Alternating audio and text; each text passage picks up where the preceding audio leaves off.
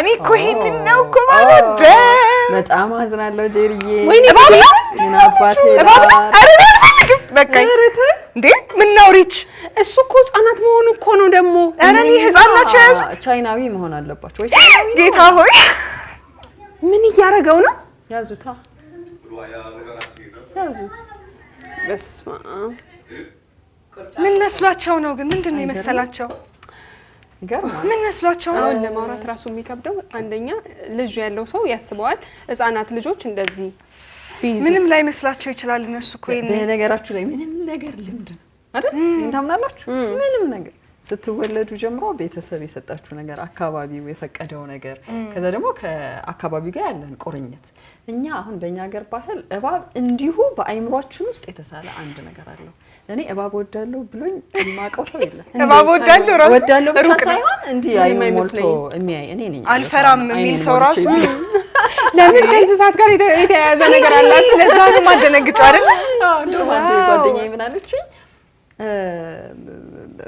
ምንድነው አይጥ በጣም እንደምፈራ ታውቃለች እውነት በዚሁ አንዱን ፍራት በዚሁ ለከበቃኝ ተቀማስፈሪ አይጥ ሰፈር ያለሽ አለች ብዙ ሰዎች እባብ ነው የሚፈሩት አለች ያው እንጂ እባብ አትፈሪ ለማየት አይከብደኝም ምን እንጂ ሳይው አይከብደኝም ምናልባት እዚህ ጋር መጥቶ ስላላየሁት ስላልተፈተንኩት ሊሆን ይችላል ግን ይሄ ሰውነትሽን ሽክክ የሚያደርግ አይጥ እኮ ገና አይጥ እኮ ኪዩት ናት አይጥ ወዳለሁ ሳይሆን አይጥ ግን በጣም ኪዩት ነገር ናት በቃ አዎ ግን ትንሽዬ ነገር ማታሰጋ ነገር ይሄ እኮ በጣም ያሰጋል አይኖቹም ያማምሩ አይ እነኛ አሁን ያየናቸው አይነት ዝርያዎች ችግር የሌለባቸው እኮ ናቸው እኔ ኮብራ ነው የምፈራው ይሄ ኮብራ ቅድም ቆሞ ያያችሁት እንዲህ ብሎ የሚለው ከሩቅ እኮ ነው የሚተፋብሽ ከሩቅ አነጣጥሮ አይስትም ኦኬ ከአንዱ ዛፍ ላይ ነው የሚጠመጠመው ላይሽ ላይም ተጠምጥሞ ሊገልሽ ይችላል ዱር ውስጥ ያለን እየመሰለኝ ነው ራሱ ዛሬ በጣም እንስሳ በዛብን አይደል ግን ልንገራችሁ የሆነ ልጆች ሆነን ወደ አዲስ ሰፈር ሙቪ ያደረግነውና ሰፈሩ ገና አልለመደም ነበር እኔና ታናሽ ወንድሜ እሱ ላስቲክ እየሰበሰበ ነው ኳስ ሊሰራ መሆኑ ነው እና እንደዚህ ማለት ሰፈሩ በደንብ አለማምና ያንን የሚሰበስበውን ላስቲክ አንዱን ላስቲክ ሲያነሳው ያነሳው ላስቲክ ስር ያለው ምንድነው ታይበናትሽ መኪ ያያችሁት ጥያባብናት ከዛ ይሄ አልፈራ ምናምን ሳይሆን በትክክል ስታዩ ምን እንደሚሰማሽ አታውቂምና በምን አይነት ጩኸት እንደጮህን ትንሹ አባብናት ይሄን እኮ ነው እንደዚህ አዲስ ቤት ሲሰራ ምናምን አሉ ደግሞ ትንሽዬ እባቦች እባብ ገደልኩ ምናምን ብለው ሰዎች ሲነግሩ ይሄን ጥያቄዎች ናቸው ግን በጣም ነው የሚያስፈሩት ከባድ ነው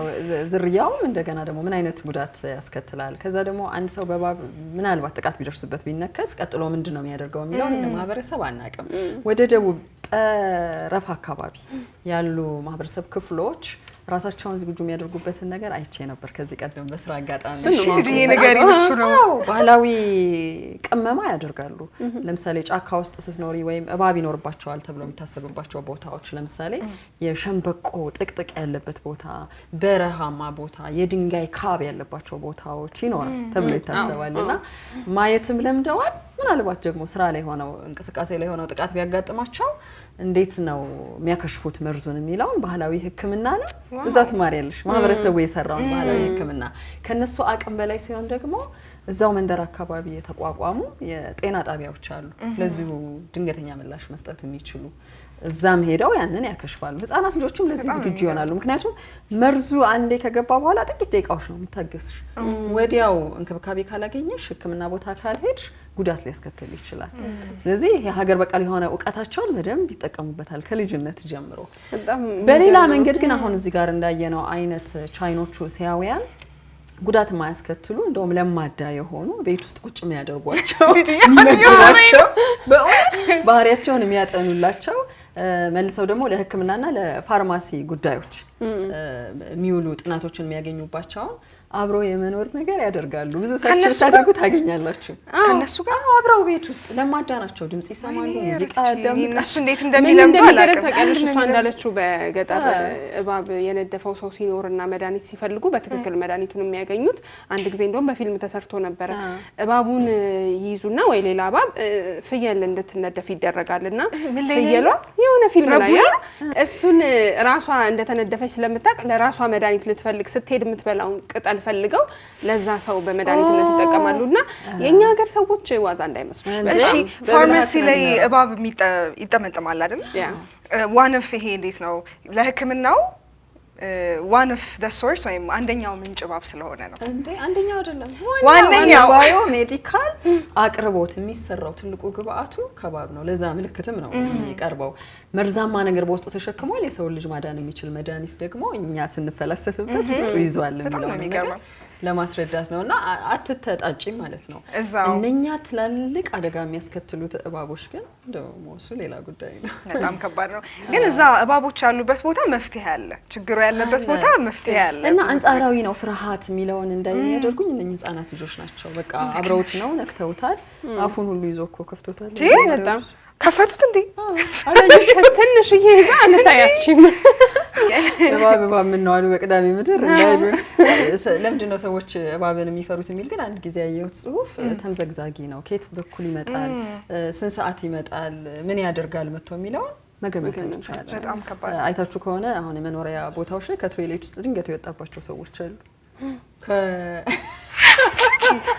ሳሪ አሰር ምንድነው ምን ይመስለኝ እሺ በቃ እባብ አለበት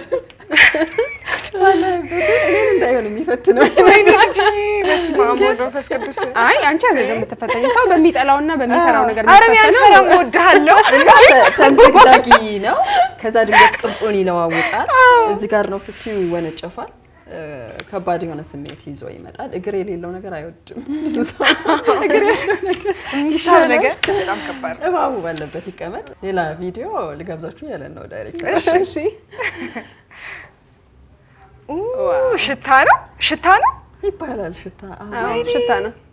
የልጁ ሽታ ነው የአባትየው ቀላብኝ አዎ ብዙ አይነት ሽታ አለ በርግጥ ምን ይላል እኮ ይሄው dad spends 30 hours አባትየው ስለመከላከል oh my god ልጁ ኢንሴኪዩሪቲ ተሰምቶት ነው ማለት ነው አባትየው ምን ሰውዬ ለአባቶች ቀን ነበረ ማውራት ያለብን እንደዚህ 30 ሰዓት ፈጅቶበት